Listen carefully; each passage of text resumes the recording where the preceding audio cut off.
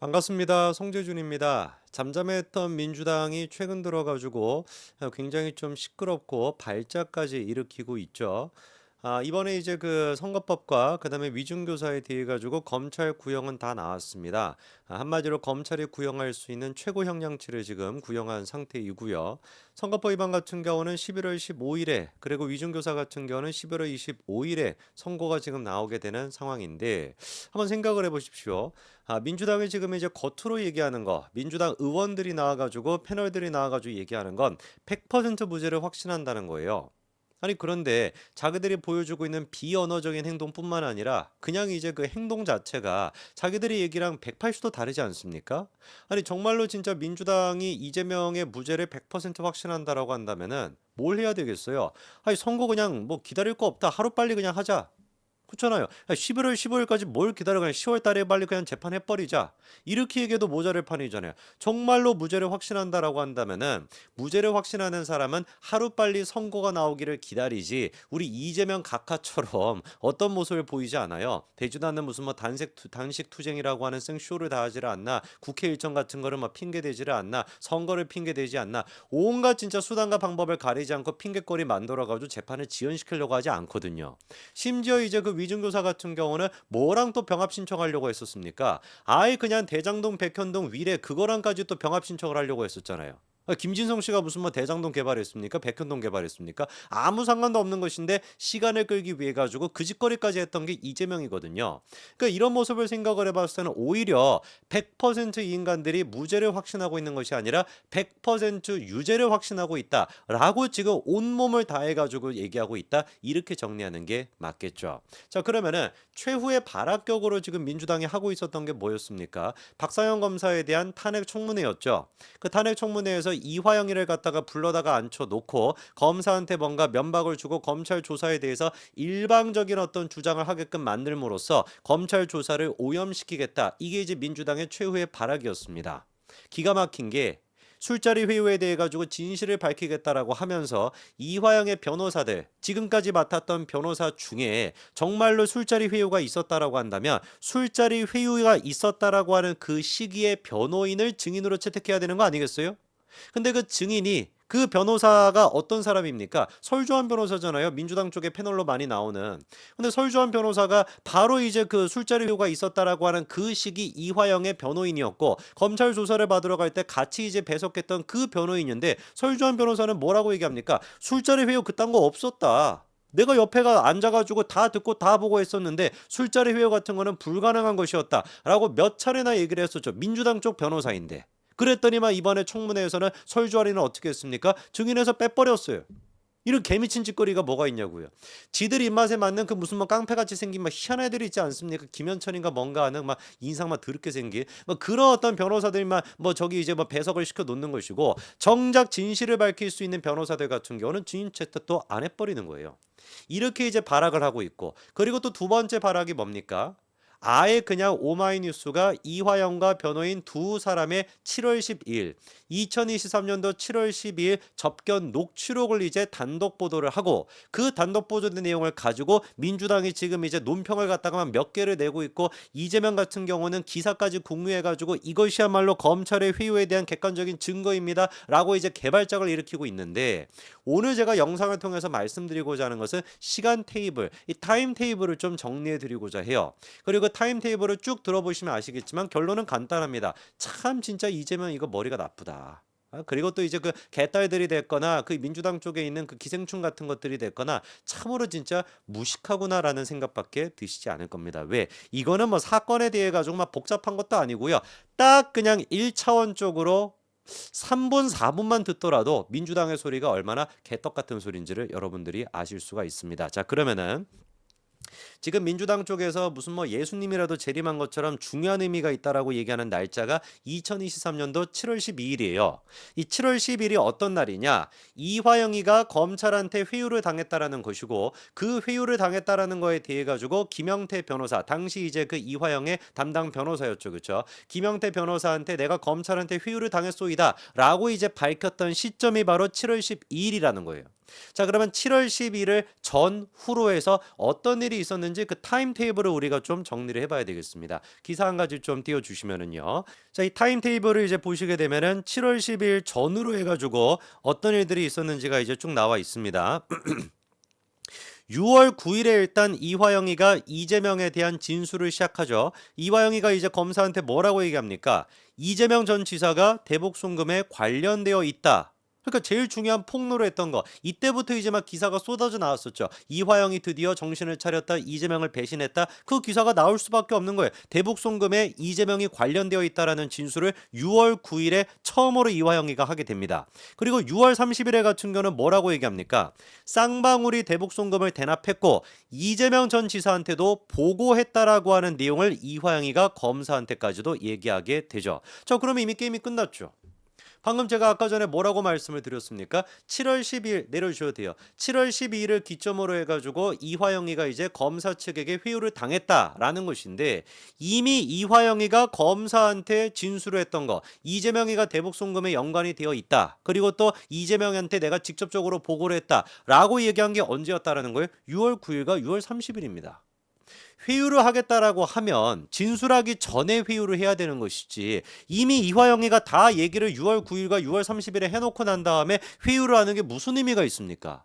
바로 그렇기 때문에 이번에 총선이 끝난 직후에 민주당 쪽에서 술자리 무슨 뭐 회유 같은 게 있었다. 7월 달에 그런 식의 회유가 있었다라는 거 아니에요. 그거에 대해서 논리적으로 맞지 않다라고 검찰이 얘기했다 가장 강력한 이유가 바로 이거였습니다. 6월 9일과 6월 30일에 우리가 아무것도 시키지도 않았는데 이화영 본인 스스로가 첫 번째 진술을 할 때 첫 번째 이재명에 대해 가지고 저렇게 얘기를 이미 다 했는데 우리가 회유를 하고 자시고가 뭐가 있겠냐. 회유도 안 했지만 이미 이화영이가 다 밝혔는데 뭐하러 7월 달에 우리가 회유를 하냐. 이게 검찰의 입장이었고 이 타임 테이블을 봐도 정확하게 우리가 알 수가 있는 것이죠.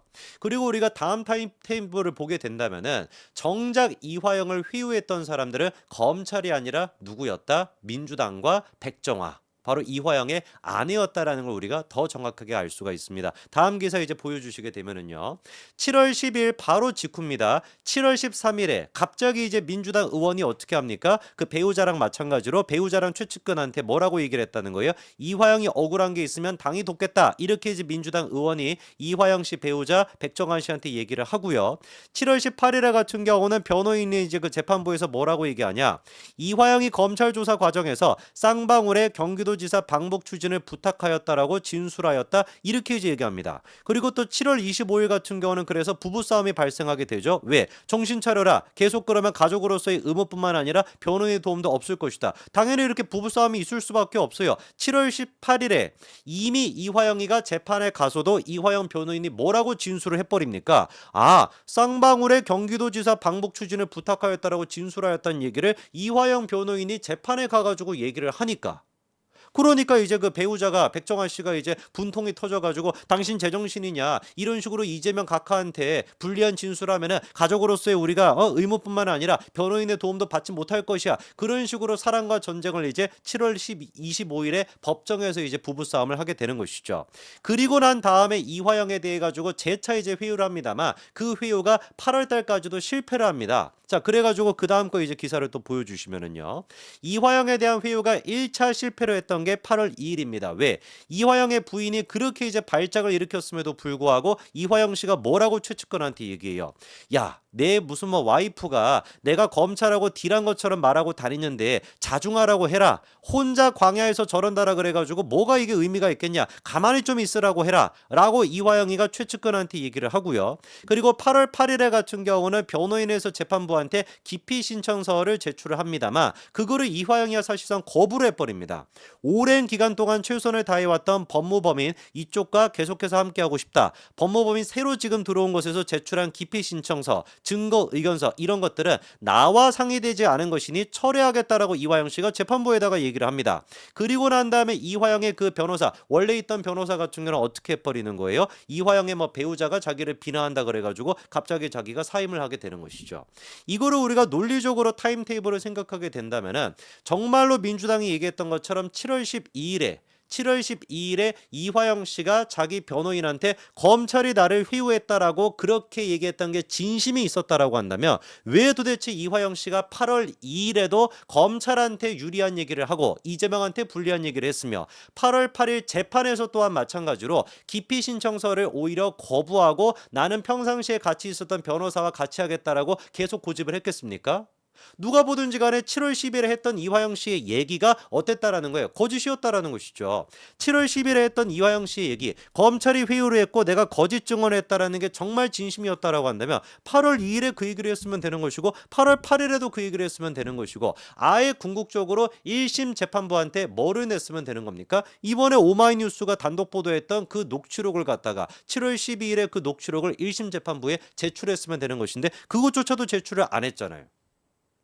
그러니까 사실 우리가 봤었을 때 이화영에 대해 가지고 회유랑 압박을 끊임없이 시도했던 거는 오히려 객관적으로 누구였던 겁니까? 법정에서 부부싸움을 벌이고 비상식적인 모습을 보였던 백정화.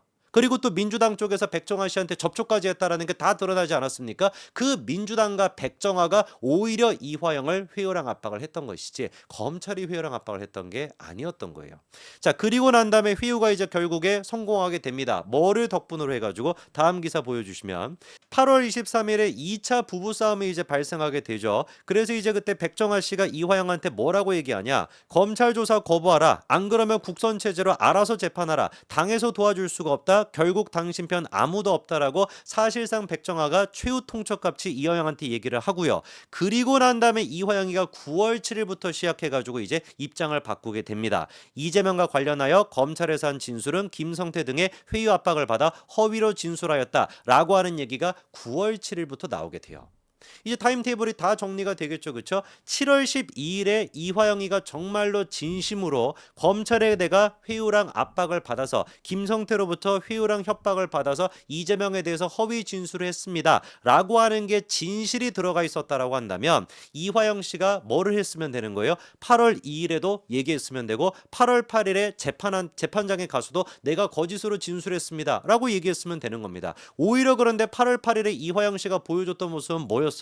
민주당 쪽에서 붙여줬던 변호사를 갖다가 거부하는 거. 이화영의 와이프가 붙여주려고 했던 그 변호사를 거부하고 재판 기피서조차도 거부했던 그런 모습을 보였던 겁니다. 그리고 난 다음에 8월 23일에 백정화 씨가 이제 최후 통첩을 하고 나니 그제서야 9월 7일에 7월 10일에 했던 얘기를 갖다가 반복해서 얘기한다라고 한다면 누가 보든지 간에 이화영이라고 하는 사람이 입장을 바꾼 거는 누구 때문이었던 거예요? 백정화랑 민주당의 회유랑 압박 때문이었던 것이지 민주당과 백정화의 회유랑 압박인 거지 검찰의 압박 때문이 아니라는 게 시간을 통해서 우리가 다 확인이 되는 거 아니겠습니까? 근데 이제 와가지고 무슨 뭐 오마이뉴스 같은 애들이 7월 10일에 녹취록이 있으니까 이화영에 대한 회유랑 압박이 객관적인 증거로 드러났다?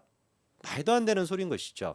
거꾸로 그렇기 때문에 이거를 봤었을 때 검찰이 뭐라고 지금 얘기할 수 있는 거예요? 아니다. 이 지금 7월 10일의 녹취록을 통해서 타임테이블을 정리해 본다면은 오히려 이화영을 회유랑 압박했던 건 누구다? 백정화, 아내 백정화와 민주당이라는 게 드러나는 것이다. 그래서 이거를 또 증거로 법원에다가 제출한다라는 거 아닙니까?